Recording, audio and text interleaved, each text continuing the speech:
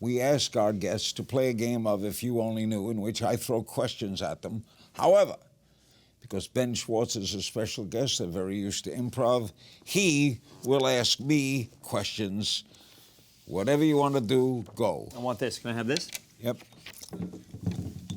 Is this from something? It's from the original show I ever did on radio. Really? I mean, it's not This is the actual microphone? No, it's not the actual one, but it is a replica. It's a replica. When RCA Victor was big. Okay, I've prepared no questions. I wanted to ask you on the spot, much like how your thoughts happen and things. So this is the first one. The first one is, do you have like a life hack? You are alive for now 84 years, correct? Spoiler. Spoiler, he's 84 years old. What's the question? The question is this. Is there like a life hack is what we call it? Is there something you've learned in your life that has made it easier? Like, or has advanced your life in a way just from changing something? Like, for me, it's Cottonelle wet wipes instead of regular toilet paper. What a joy that is. Is there something you've added into your life that you found out later in life that has made your life better? Not love, not a human being, but an object or a thing. Q-tips. And where do you put it? What's happening? In the ear. Oh, my God. Tell me what you After a shower. It changed your you life. You put a Q-tip in your ear. You know when you're taking a shower that a very pleasant thing is about to happen. But don't push it in too hard. No, that's my mom told me. You could hurt yourself. You could hurt yourself. If you don't push it in too hard. Oh. Okay, next It's step. the feeling of that, or it's the feeling of getting gook out? I don't even care about the gook. It's just the feeling of you're just touching your brain. Oh, my God, it feels so. It feels incredible. I wish I were doing it now. Can we get him some Q-tips? That seems like the cheapest thing we can get him, no? Okay, you have another question? I have a series. I have a Go, series of Schwartz, questions. go. You find yourself working quite a bit, much like you said I do. Yeah. Okay? You find yourself working quite a bit. Serious question. Do you find that you work so much to occupy your time? Does it make you happy? Or why do you feel like you fill so much of your life with work? And then is there a way that you found out to balance your work with personal stuff? It's the hardest balance of all because I never considered this work. I haven't worked in 61 years. Mm-hmm. I ask questions, I'm fed differently. It's the satellites and now internet. Yes. But I'm doing the same thing I did when I was 23 years old. Mm-hmm. All right. But I love it and it's part of me. The always difficult thing I had was devoting the time to family as well as work. And I'm better at it now, later in life, than I was earlier. What has changed that's made you better at finding more time for? Is it just finding more time, or is it figuring out what to do with that time? Finding more time and aging. And why? Because when you get older, you can't run around too much. So I don't take, I do a lot of speaking. Yeah. I won't fly to Europe anymore to speak. Oh, really? Yeah. It's not worth it. I got 3 grown kids and I got 2 boys, 19 and 18. They're both athletes, both baseball players. Do your kids take your stage name of King because you got it changed, or I had it legally changed. So they're all Kings as well. They're all Kings. If I change my last name to your previous last name, would that be weird? Or you'd be called Ben Zeiger. Ben Zeiger. What do you think about that? That's a nice name. Thank you. Because it has rhythm. We can name a character in a movie that. When I write a movie, I can change that last name to Ben Zeiger. Zeiger? Correct. Okay. Is there something from your childhood? Oftentimes I'll collect things from my childhood, like I collect animation cells from shows that I used to watch as a kid because I loved, cartoons growing up.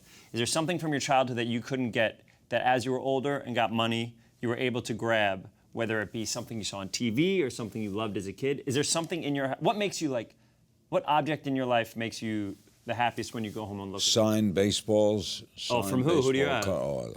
Babe Ruth? I got Babe Ruth. Mickey Mantle. Mickey Mantle. Oh, you have all. So you have all the Yankees, I'm assuming? I've got a lot. I'm not a Yankee fan. You were a Dodgers? I was at Jackie Robinson's first game. Really? And then I interviewed him twice. Oh man. So I have so many memories, especially associated with sports, because I'm a sports nut. Baseball, not basketball. I love basketball. I love all sports. I love competition. If I'm watching television and there's competition, soccer I'll watch. What about Jeopardy? Is that considered competition? Yes. You like Jeopardy? Jeopardy is Tell me fun. when I'm out of competition. Bowling. Bowling can be fun. You're not as excited. Darts. Darts can be. No, what I'm saying is, if it's competition, I'll like it better than other things. Okay. I like to see people competing.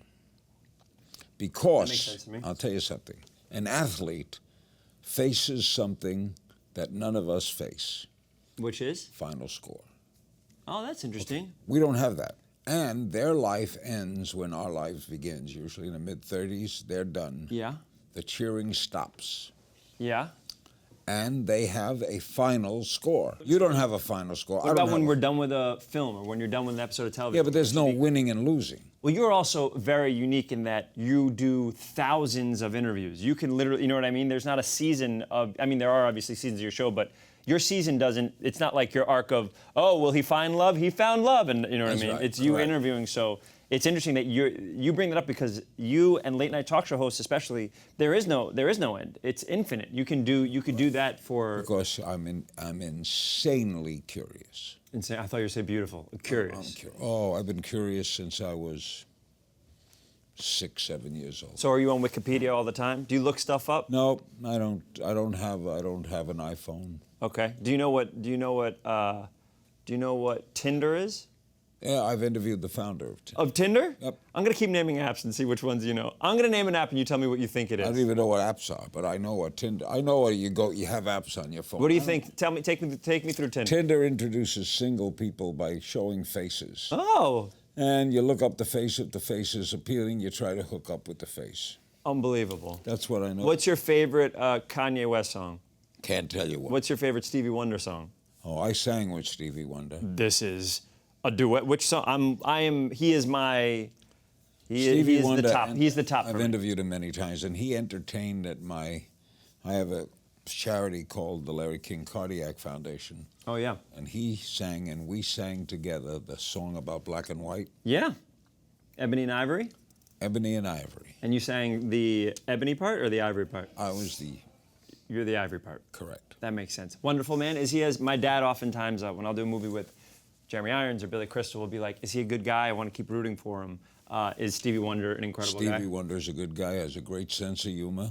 Yeah, I met him once. I was the most nervous I've ever been, and I was with Don Cheadle, one of the best actors of all time. We did a show together, and he goes, "Hey, this is Ben," and I think he heard Matt or Mike or something, and he goes, "Hey, Matt," and I just was like, "Yep, I'm Matt. What's going on?" And because I was not going to let that moment be stuttered. First at all. time I met him, because someone introduced Larry King. He says, "Oh, I know Larry. I drove him here." That's amazing.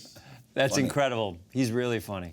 Okay, what else, Ben? I want a life A life one. Go ahead, Ben. You've had close encounters with scares that could have led to death or things that could have, whether it be a surgery that you've had or something like that.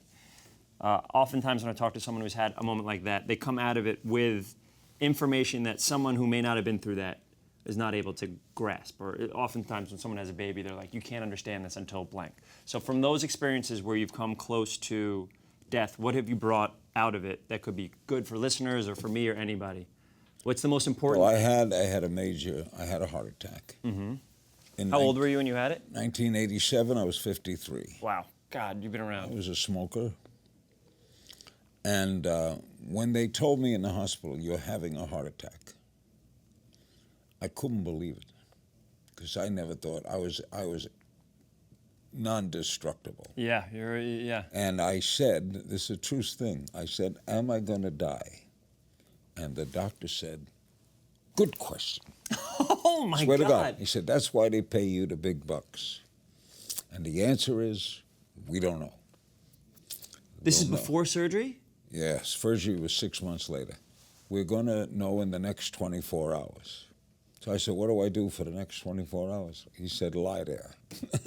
Really? Yeah. And what did you do? What did you find yourself thinking about when you had 24 hours? Dying. Really?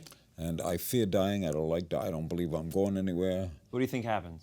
I think that's it. Do you think it's black? Black, gone, goodbye. I wrote a movie about literally what happens when you pass away because I find it so interesting that there's no answer.